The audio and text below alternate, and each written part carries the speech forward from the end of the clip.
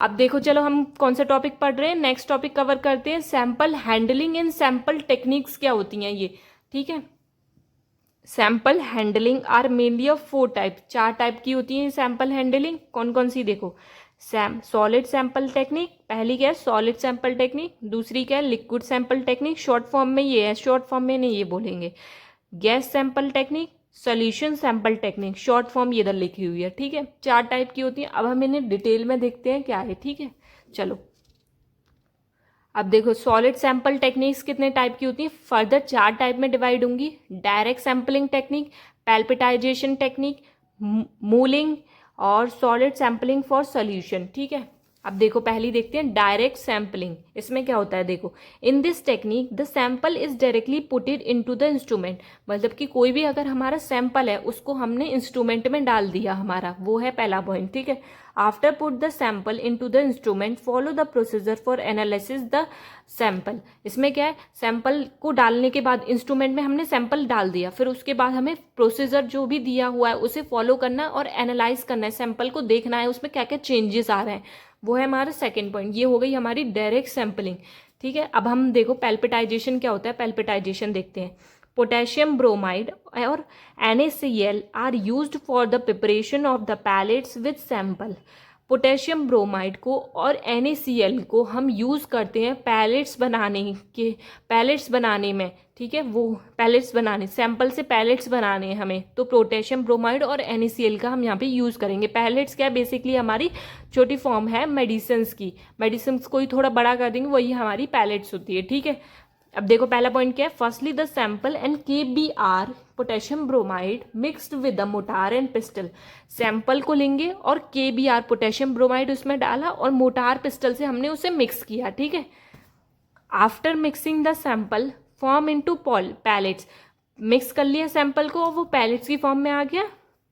ठीक है, पैलेट्स बनाने हैं। After forming the pellets, pellets हमारे बन गए, फिर ट्रांसफर कर देना है into the instrument for further analysis.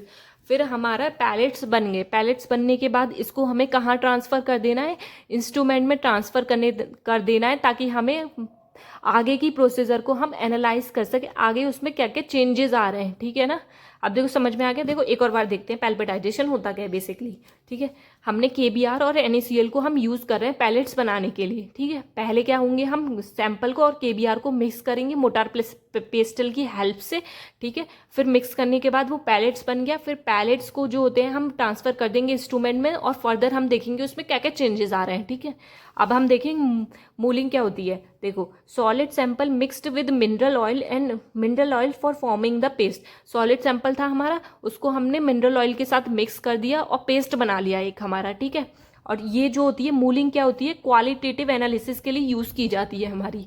अब देखो सॉलिड सैंपलिंग फॉर सोल्यूशन क्या होती है, फोर्थ है हमारा ये, the sample solution is placed on KBr और NaCl। सैंपल सोल्यूशन को हमने कहाँ पे रख दिया, KBr और NaCl पोटेशियम ब्रोमाइड और सोडियम क्लोराइड के पास रख दिया। ठीक है, एंड सॉल्वेंट विल एवोपोरेट, उसमें से सॉल्वेंट क्या होगा, वो उड़ जाएगा। And then sample send for analysis, sample को हम कहाँ भेज देंगे, फर्दर उसमें क्या क्या चेंजेस हो रहे हैं उसमें देखने के लिए। ठीक है, अब हम देखते हैं हमारी क्या नेक्स्ट क्या है, लिक्विड सैंपलिंग टेक्निक क्या होती है। पहली हमने पढ़ ली solid sampling technique, liquid sampling technique क्या होती है हमारी। देखो, in this technique thin layer of NaCl is prepared. इसमें क्या होते हैं, हम एक पतली लेयर की सोडियम क्लोराइड की प्रिपरेशन करते हैं, जो कितने की mm की होती है, 0.1 से लेके 0.3 mm की होती है वो। ठीक है, अब देखो sample should capped between these 2 layer, sample को हम इन दोनों के 2 लेयर के बीच में रखते हैं। ठीक है, NaCl is transparent to IR light, IR infra radiation जो होती है लाइट, उससे वो जो होता है ट्रांसपेरेंट होता है। ठीक है, अब देखते हैं, हमने लिक्विड सैंपलिंग टेक्निक देख ली, अब देखते हैं हम गैस सैंपलिंग टेक्निक क्या होती है। देखो, gaseous sample introduce into the gas cell, gaseous sample को हम जो होते हैं गैस सेल में इंट्रोड्यूस करेंगे, जो 10 सेंटीमीटर लॉन्ग होगा और NaCl की वॉल होगी उसकी। ठीक है, ये हो गई gas sampling technique. Solution sampling technique क्या होती है, volatile solvent are used in this technique such as chloroform. Volatile solvent को हम यहाँ पे यूज करते हैं, जैसे कि हमारा एग्जाम्पल क्लोरोफॉर्म। ठीक है, sample solution is mixed with solvent and solvent is evaporate before analysis. देखो सैम्पल सोल्यूशन को हमने सॉल्वेंट के साथ मिक्स किया और यहाँ पे हमारा सॉल्वेंट जो होता है उड़ जाता है, एनालाइज करने से पहले ही उड़ जाता है। ठीक है, ये हो गई हमारी 4 टेक्निक्स हो गई हमारी, solid sampling technique, liquid sampling technique, gases sampling technique और solution sampling technique. I hope आपको ये सब समझ में आ गया होगा। ठीक है, अब हमारा नेक्स्ट टॉपिक हम कवर, तो चलिए शुरू करते हैं। फैक्टर अफेक्टिंग वाइब्रेशन हमारे क्या होते हैं, हमने वो टेक्निक्स कवर कर ली थी पिछली वीडियो में। अब हम देखते हैं फैक्टर अफेक्टिंग वाइब्रेशन होते क्या हैं। देखो 4 टाइप के होते हैं ये। कपल वाइब्रेशन पहला हम देखते हैं। देखो कपल वाइब्रेशन क्या होते हैं ये। ठीक है, कपल वाइब्रेशन कैसे होते, क्या क्यों बोल रहे हैं हमें ना, जैसे कि एक ही सेम टाइप्स के वो प्रेजेंट है, जैसे कि कार्बन हाइड्रोजन हाइड्रोजन हाइड्रोजन, जैसे कि होता है ना CH3। तो ये सेम टाइप के मॉलिक्यूल्स जो होते हैं हमारे वो प्रेजेंट है, उसे ही हम कपल वाइब्रेशन बोलते हैं। देखो यहाँ पे CH2 CH C double bond O जैसे सेम टाइप के हो गए हमारे ये, तो कपल वाइब्रेशन बोलेंगे, इसीलिए हमें इन्हें कपल वाइब्रेशंस का नाम दे रहे हैं। ठीक है, सेम टाइप की। इसमें से क्या होगा, एक तो एसिमेट्रिक वाइब्रेशन शो करेगा, एक सिमेट्रिक वाइब्रेशन को शो करेगा। ठीक है, तो इनमें से एक सिमेट्रिक शो करेगा, एक अनसिमेट्रिक शो करेगा। जैसे कि देखो सिमेट्रिक वाला क्या होता है, लो वेव नंबर इसका बहुत कम होता है। एसिमेट्रिक वाले का क्या होता है, हाई वेव नंबर होता है। ये है हमारा कपल वाइब्रेशन बेसिकली। ठीक है, अब हम नेक्स्ट पढ़ते हैं। हमारा नेक्स्ट क्या है, हमारा नेक्स्ट देखो हमारा क्या है, hydrogen bonding, special type of dipole attraction between the molecule. इसमें देखो डाइपोल अट्रैक्शन कैसे होता है, जैसे कि यहाँ पर हमारा हाइड्रोजन ऑक्सीजन हाइड्रोजन, यहीं से ही हमारा देखो oxygen hydrogen 2 water molecules present है हमारे यहाँ पे।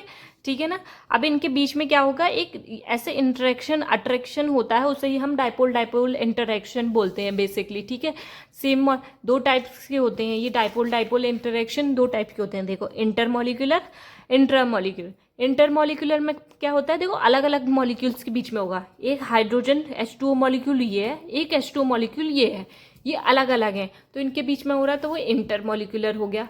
अगर सेम मॉलिक्यूल के बीच में हो रहा है तो वो इंट्रामॉलिक्यूलर हो गया, मतलब कि एक ही मॉलिक्यूल के अंदर इंटरेक्शन हो रहा है। ठीक है, देखो bond between 2 different molecule, 2 different molecule के बीच में हो रहा है, ये बॉन्ड बिटवीन सेम मॉलिक्यूल के बीच में हो रहा है।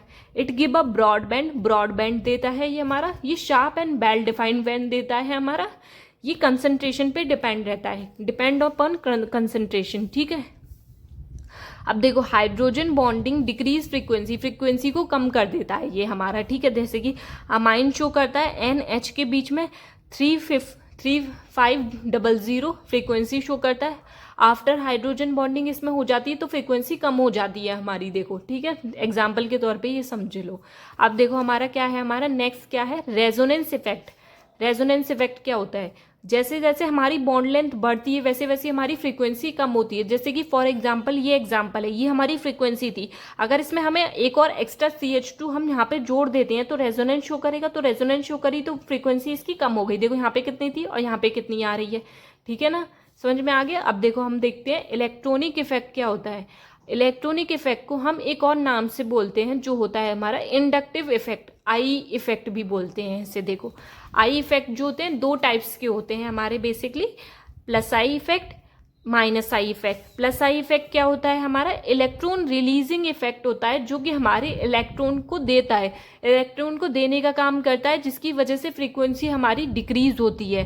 ठीक है, ये हमारा क्या होता है, इलेक्ट्रॉन विड्रॉइंग ग्रुप होता है जो इलेक्ट्रॉन को लेगा, विड्रॉइंग मतलब निकालने का काम करता है, इसकी वजह से हमारी फ्रीक्वेंसी इंक्रीज हो रही होती है। ठीक है, जैसे कि फ्रीक्वेंसी यहाँ पे 750 थी तो डिक्रीज हुई, इसमें यहाँ पे क्या थी 725 थी, यहाँ पे 740 इंक्रीज हुई यहाँ पे। ठीक है, समझ में आ गया। अभी हमारे हो गए फैक्टर अफेक्टिंग कंप्लीट हो गए। अब हमारे नेक्स्ट हमारा टॉपिक क्या होगा, इंस्ट्रूमेंटेशन ऑफ IR स्पेक्ट्रोस्कोपी होगा। ठीक है,